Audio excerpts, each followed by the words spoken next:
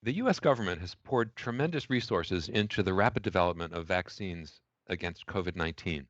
Although new entities and investments have aided research efforts, relying on existing well-established mechanisms for evaluating vaccines and for creating recommendations for how to use them could foster better public trust moving forward. I'm Stephen Morrissey, managing editor of the New England Journal of Medicine, and I'm talking with Jason Schwartz, an assistant professor in the Department of Health Policy and Management at the Yale School of Public Health. Dr. Schwartz has written a perspective article about regulatory and policy-making activities related to COVID-19 vaccines.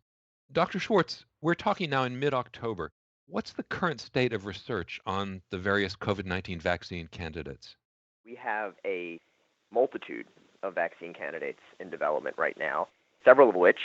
are in the large phase 3 clinical trials and have been for a few months now. So as those vaccine candidates are moving forward, we're getting close to the point where we're going to start seeing the kinds of safety and efficacy data that may lead the Food and Drug Administration to look toward an emergency use authorization or full approval. So we've got a bevy of candidates, several nearing those critical junctures where there will be important questions for regulators, particularly the Food and Drug Administration here in the United States. So in a recent perspective article, Slaoui and Hepburn talked about Operation Warp Speed and outlined how the development of a COVID-19 vaccine began in January, phase 1 clinical trials in March, first phase 3 trials in July. What made this compressed timeline possible? The Operation Warp Speed effort really has been remarkable at doing what it was established to do, was to move the scientific research and development of vaccine candidates forward at a pace that we haven't seen before, both in terms of the speed in which these vaccine candidates are advancing and the number of vaccine candidates we have in play right now. And that's been done through trying to build collaborations, spend billions of dollars to facilitate research moving forward, and to try and balance the need for speed at eliminating or reducing the bottlenecks that might otherwise make vaccine development such a laborious process, while still not compromising on the necessary testing in human trials, increasingly large human trials, that we need to get the evidence to understand whether or not these vaccines work and whether they're safe before deploying them. So it really is an all-hands-on-deck scenario, as a recently released organization chart for the Operation Warp Speed team illustrated, between government, industry, public health, logistics experts in the military, and to the extent that the vaccine candidates are as far along in development as they are, less than a year after the emergence of the virus that causes COVID-19, it's been a real success. And, of course, the ultimate judge of whether the effort's been successful will come as we understand more about these vaccines and their safety and efficacy profiles. So despite all these innovations for speed, you say in your article that regulatory and policy-making activities are within the capabilities of the existing processes and personnel at federal agencies. So what organizations have been working on recommendations for vaccine approval and distribution, and what are the major considerations that they're looking at? Right, no, so that's the balancing act, the other side of the coin here, and that it's one thing to throw out the old playbook when it comes to how we invest in early stage or even later stage vaccine research, and how we throw out the old playbook in terms of the barriers that might make collaborations and coordinations during that process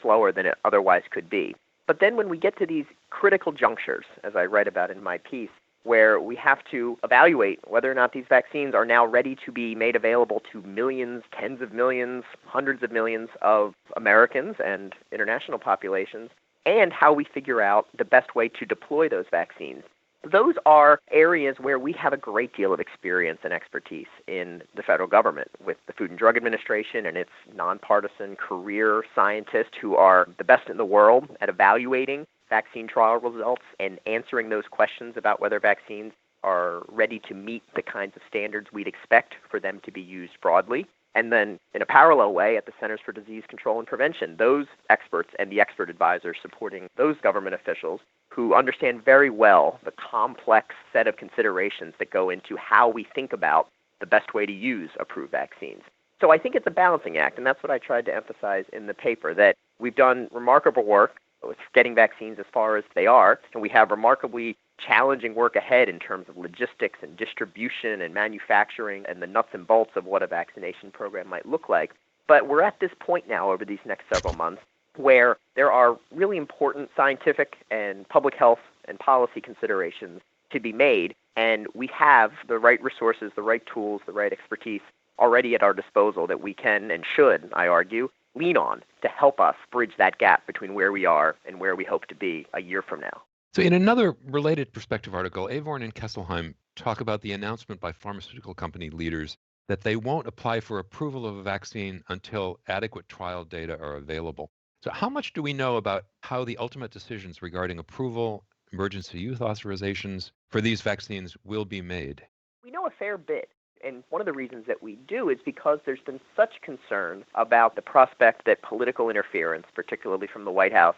might lead to a hasty approval or authorization of a COVID vaccine, perhaps even against the judgments of the Food and Drug Administration and its scientists. So there's been a great deal of concern about that in recent months. And the FDA, to its credit, I'd argue, has been very clear in asserting in print, in public statements to Congress, and really in any chance they get, that they will not waver in their commitment to science-based decision-making with respect to these vaccines. From the FDA commissioner to the individuals who lead the center that will ultimately focus on these vaccine determinations, that has been the clear message. And they've said that in their words, they've said that in terms of their actions, in terms of releasing clear guidance documents regarding the standards that any vaccine candidate will need to meet in terms of how much data, what kind of data, how effective, how long patients are studied, the kinds of data like that that will be expected if the FDA is going to act favorably on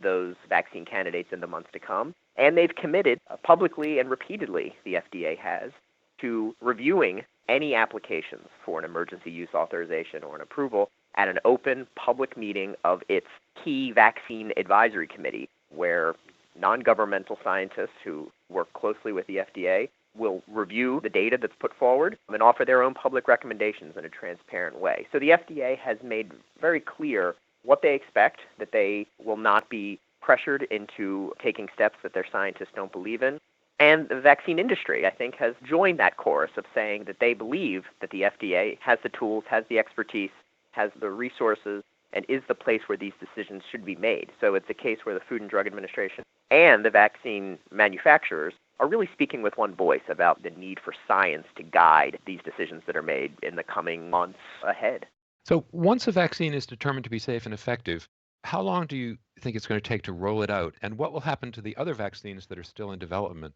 at that point? Do you think that global vaccination efforts are ultimately going to involve multiple types of vaccine?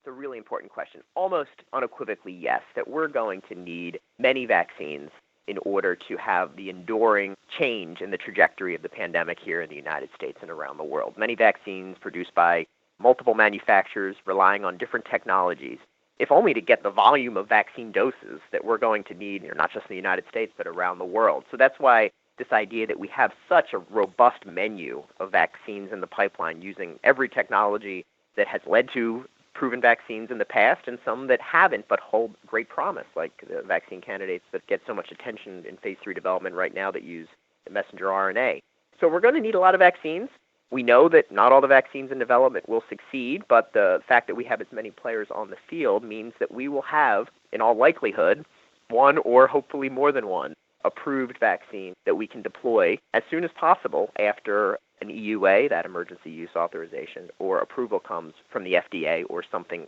similar from international counterparts. So one of the other features of the Operation Warp Speed team is that the production, the manufacturing, the scaling, the planning for those vaccine candidates is already underway, even if it may turn out that one or more of those vaccines won't clear the bar necessary for approval. Again, to narrow that window of delay that would otherwise appear if we waited until a favorable action from the FDA to begin the manufacturing, the production to get vaccine doses available. Now, there's still, I think, managing expectations will be the key message for 2021 with respect to COVID vaccines. It's still going to take a long time to get the kinds of volume of doses that we're going to need to really vaccinate large numbers of the population in the U.S., let alone internationally. And that's why there's that parallel work happening to try and figure out the most scientifically justified, ethically sensitive set of principles to guide who gets vaccinated first during that scale-up period that I think no one would disagree is going to be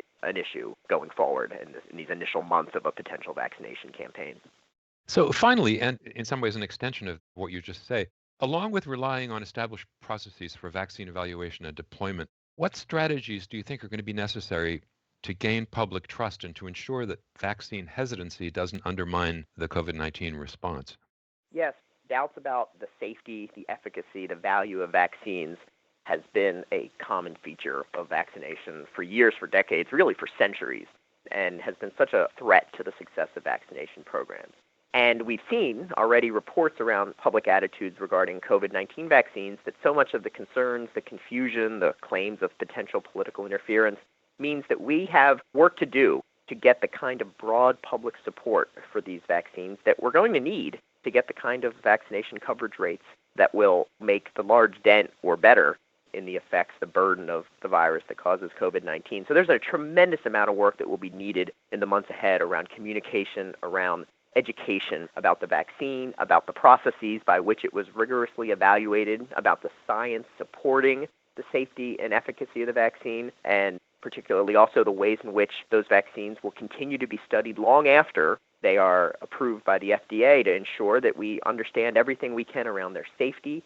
around how long they provide protection, and to respond to the particular concerns among particular communities regarding the vaccines and their benefits. This is an important, incredibly challenging set of considerations that will be the sort of the next chapter if and when we're fortunate enough to have an approved vaccine. But it will begin with clear communication, clear educational efforts from trusted scientists and public health officials speaking frankly about what we know and what we're learning to understand why these vaccines are as valuable as we expect them to be. So it will be an important effort because ultimately a vaccine that doesn't get to the people who we're trying to protect is a great scientific achievement, but it won't accomplish what we're counting on it. So that will be a very important subsequent chapter for which planning is already happening, as it should, to think about these features of vaccination programs. Thank you, Dr. Schwartz.